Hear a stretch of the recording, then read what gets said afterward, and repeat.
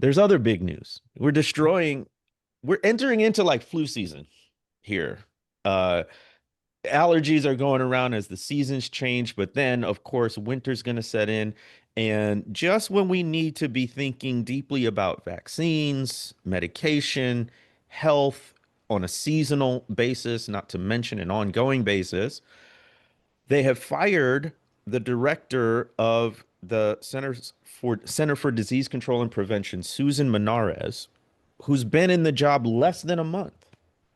This is she had to get Senate confirmation, and they fired her, according to her lawyer, when she refused to rubber stamp unscientific, reckless directives, and she refused to fire dedicated health experts. She chose protecting the public over serving a political agenda. For that, she has been targeted, her lawyer said. So, yet again, did y'all catch that news? What did you think? She was a controversial choice. And there were a lot of people who, a lot of the Democrat, I don't know that any Democratic senator actually voted for her in the confirmation. And several said very concerning things, that they thought that she would be a rubber stamper. And I thought it was interesting that, was it Murray came out today? One of the senators who was a Democrat who had been pretty strongly against her nomination said, "Hey, I was wrong. This doctor actually has a conscience, and she used it, and now they want to fire her." And apparently, I was listening to PBS right before I came on this, and or NPR, and I heard a story that she actually called Senator Cassidy apparently last night, as all this was beginning to unfold. And Senator Cassidy is the Republican who almost didn't vote for her or vote for Kennedy's becoming the Secretary of Health and Human Services. Because Senator Kennedy, or Cassidy, excuse me, is a doctor.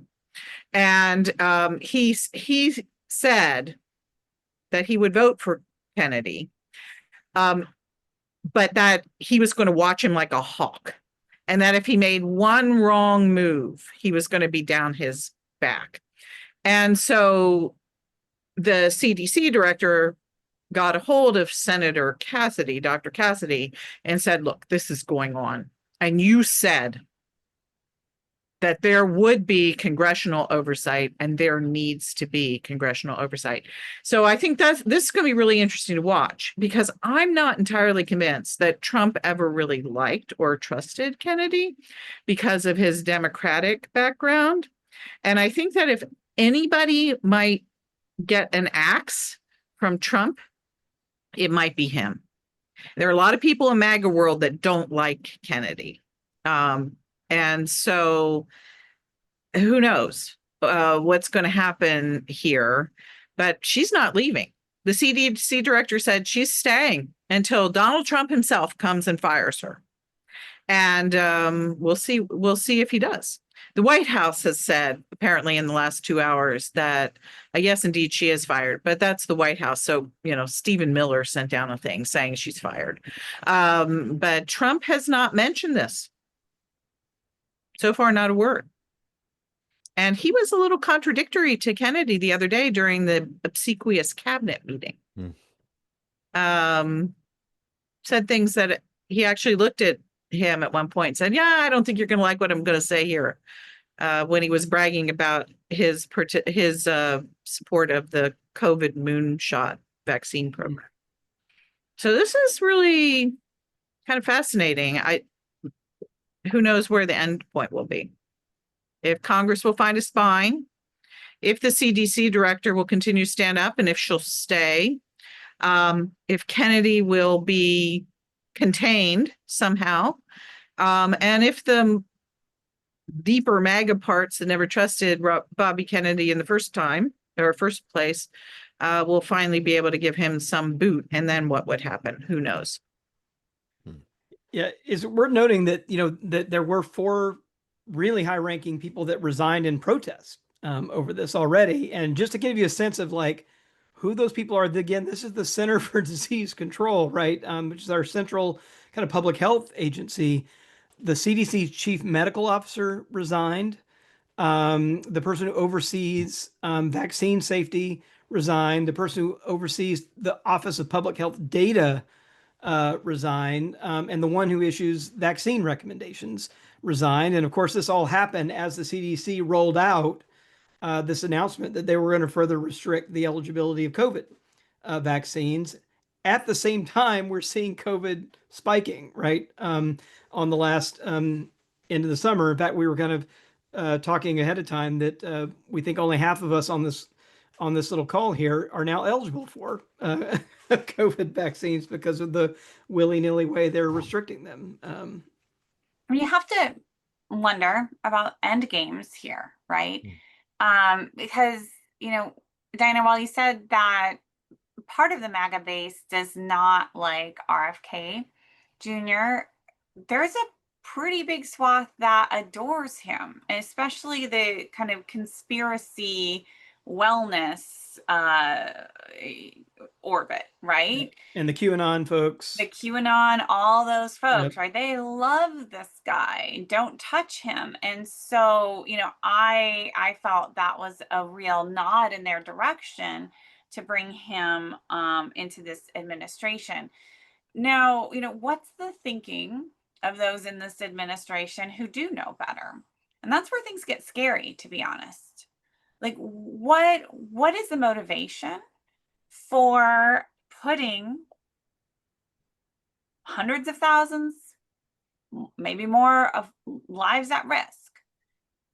Why would you want to do that? I mean, it's going to catch up with us sooner or later, right?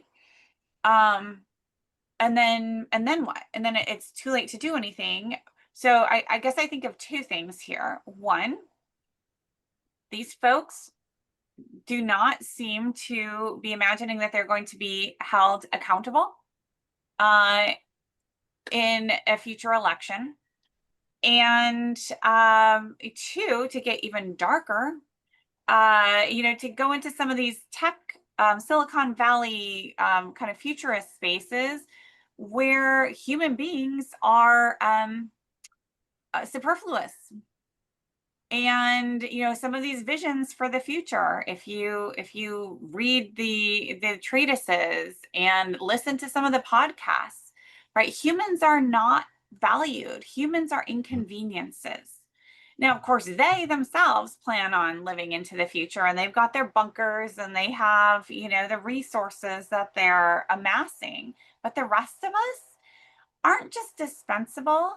We are inconvenient because we are taking up resources and shouldn't even exist.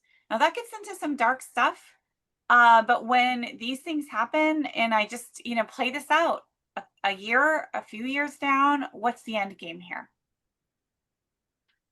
Well, there certainly are some people who have ideologies that are driven by the idea of a culled population. And Kennedy himself has said that only the strong should survive. And so we're already working on a kind of weirdly utopian eugenics basis with some of these people and the visions that they have about the future. And so, you know, it seems it's probably a little over the top right now to follow that fully to its end, because if you take vaccines away from older voters and you take vaccines away from people who are truly ill, you might you're showing your colors too early, and you're going to lose voters while there's still the possibility of people voting. So, you know, I think a lot of people who are my age don't even know that any of this stuff is happening, because people over 65, their lives are actually not, if you're middle class or above, you're over 65, and especially if you're a white person, everything is rather normal. I mean, really quite normal. I had I was in a conversation with somebody in North Carolina who is a Trump person, and she wound up saying to me, well, what do you mean things are going wrong? He's fixing crime and he's closed the borders. He's doing exactly what he promised. The only thing is he's uncouth and he doesn't know how to communicate. And if only he had media training, he would be able to tell us all the great things that he's actually doing. And so we got this really interesting conversation. I decided to sort of play through it a little bit.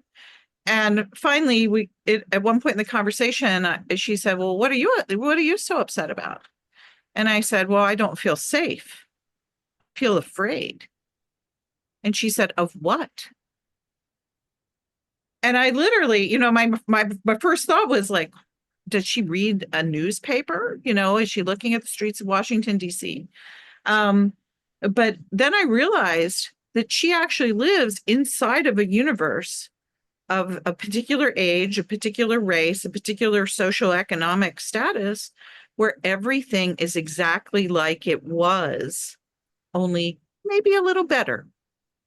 Fewer annoying immigrants and less crime to worry about. And as far as she's concerned, she's perfectly happy.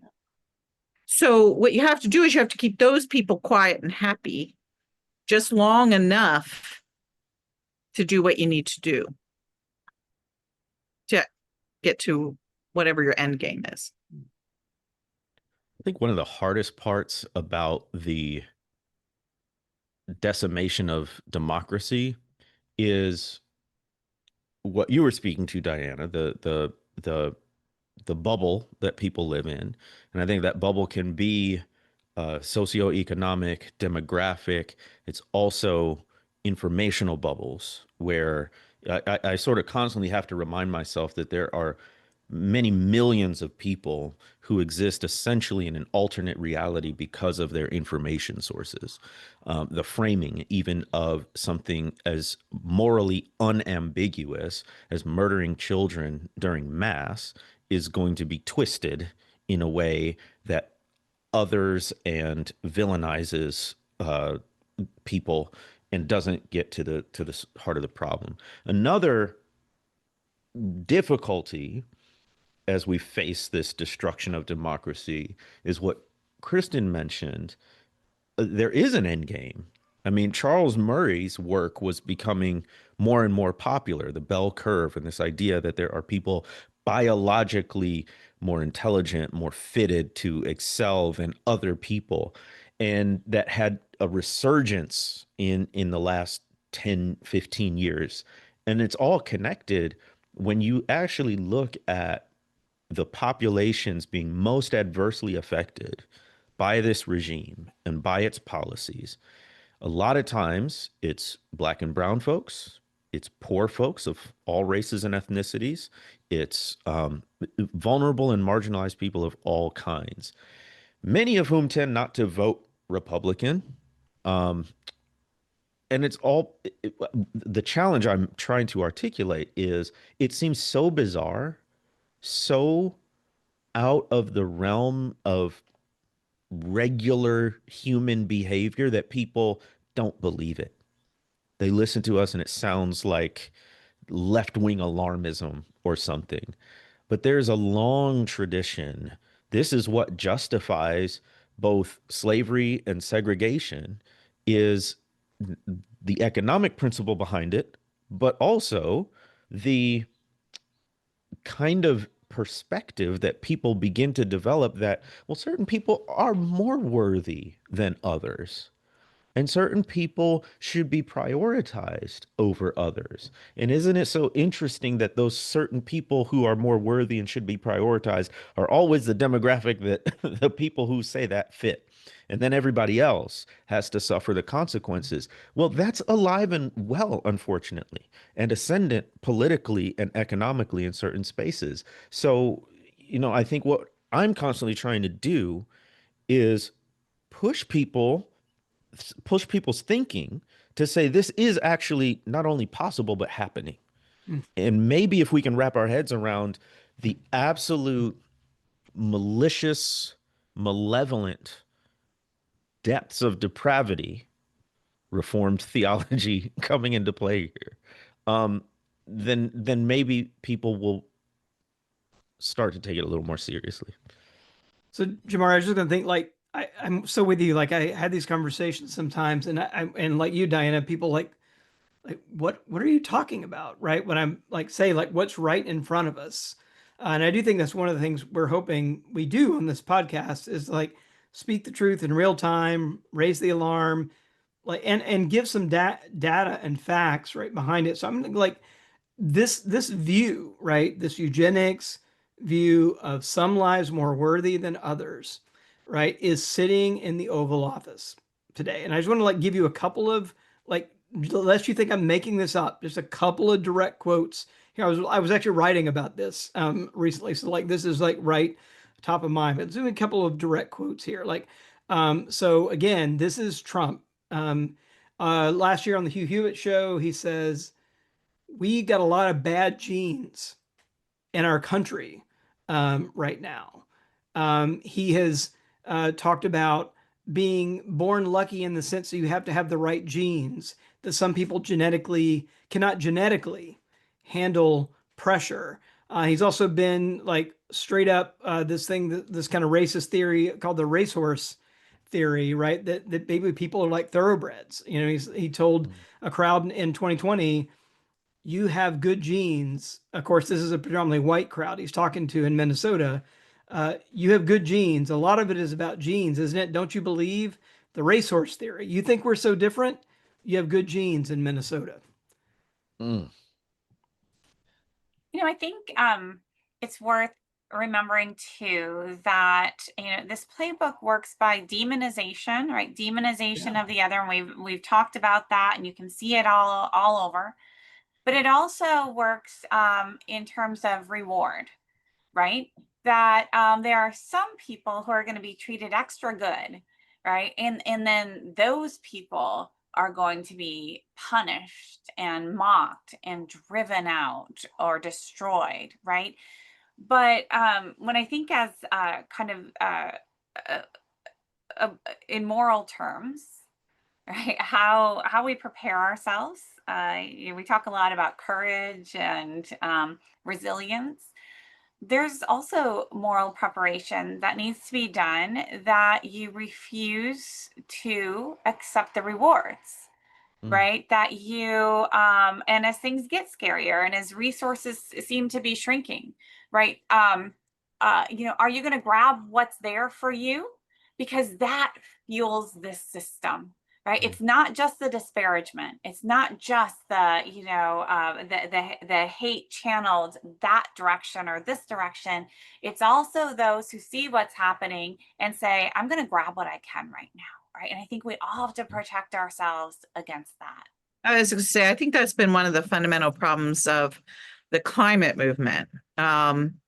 Is what Kristen was just talking about. As long as sort of rich countries felt sort of insulated from all the problems of climate that the climate crisis is creating, it was like, well, we're safe, or we can get ours, or we have the reward because we have all this technology, we have all this money, and we can protect ourselves. And so it was sort of like, to hell with the rest of the world. So I think we've already been sort of the climate crisis and the inability of our governments, most of our governments in the wealthier part of the world to act, I think has already sort of acclimatized us in an immoral direction.